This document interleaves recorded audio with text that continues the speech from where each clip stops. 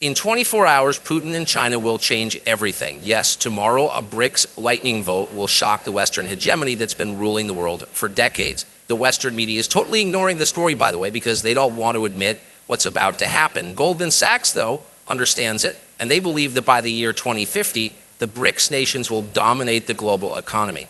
So on Tuesday, yes, tomorrow, the BRICS summit officially kicks off in South Africa. This is the first face-to-face BRICS summit since the start of COVID, and we are about to witness a rebalancing of the world order. The agenda items at this summit are massive. The currency, yes, a new currency, trade, military cooperation, AI, microchips, oil, all of it, infrastructure, rail lines, shipping. This is a big deal. And the United States, I guess, didn't get an invitation. The British didn't get an invitation. Germany isn't welcome. Is the game over for the Western hegemony? Well, the writing is on the wall. Now, for those of you that don't know, BRICS stands for Brazil, Russia, India, China, and South Africa. And it started out small over a decade ago, and now it's become the greatest threat to Western power that we've ever seen. And I'm not talking about military power here, which we'll get to in a second. I'm actually talking about economic power, oil power, computer power, trade power, the greatest weapons of all, not those bombs. Now, the top of the agenda is the United States dollar, squarely in the crosshairs. Here's how Foreign Policy magazine headlines this moment.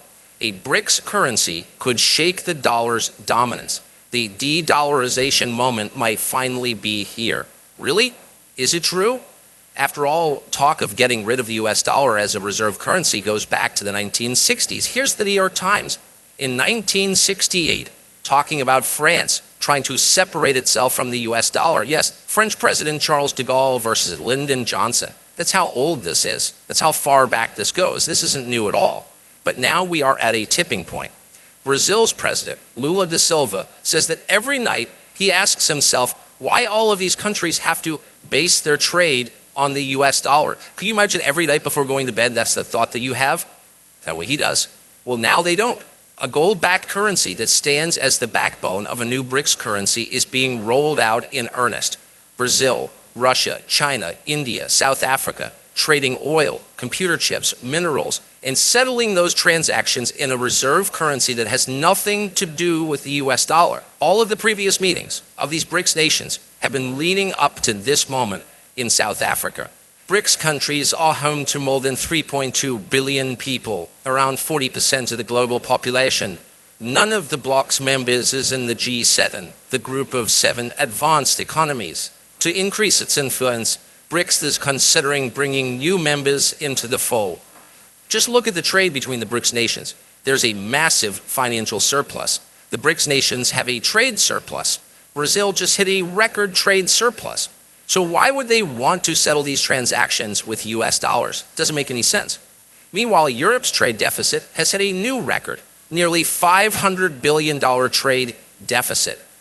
Which side would you rather be on? Of course, this isn't happening overnight, and there are big impediments to a BRICS currency. The biggest issue right now is that if Russia wants to import things from other countries that are not named China, they'll likely have to settle it in US dollars if they want to import those items.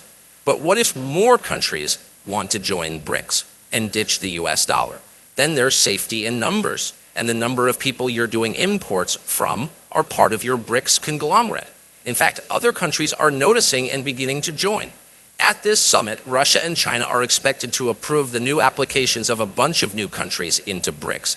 Algeria, Bahrain, Egypt, Iran, Saudi Arabia, the United Arab Emirates, just to name a few. They've all submitted requests for membership to be a part of BRICS.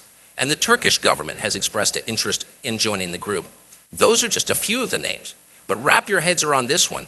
More than 40 other countries are now vying to join BRICS. 40.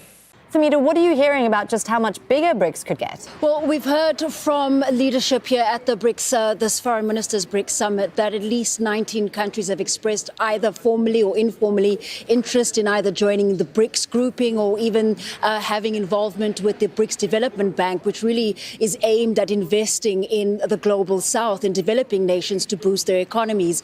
And this is one of the reasons that BRICS is becoming increasingly attractive to developing nations. BRICS now accounts for 31% of global GDP. And just a few months ago, they overtook the United States and the G7 nations for GDP dominance.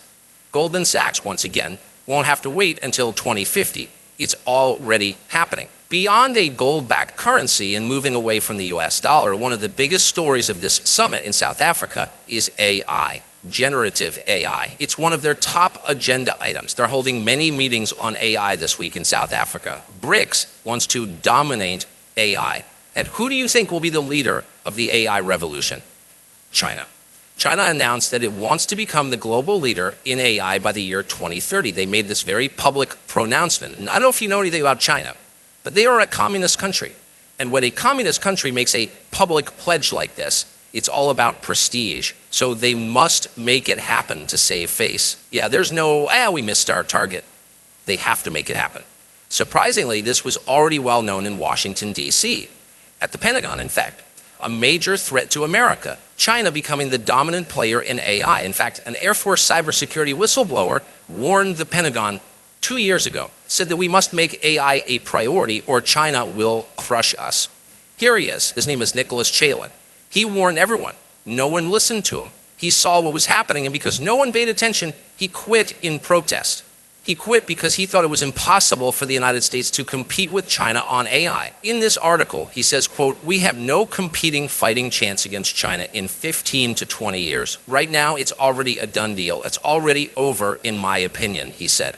Chalin went on to say that the AI capabilities and cyber defenses of some government departments were at the kindergarten level, he said.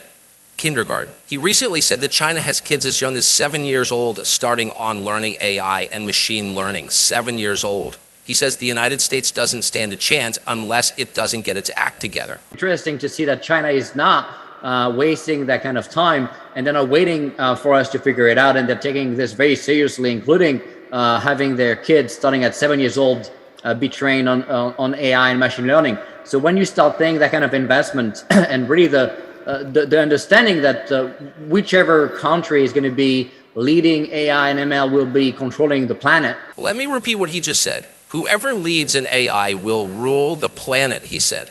The BRICS nations, getting rid of the US dollar as a reserve currency, build a new trade and military security and infrastructure alliance, and dominating world's AI. Europe and the United States are shaking in their boots, and they should be. This week in South Africa is going to be a game changer, and we'll be watching it very closely here on this show.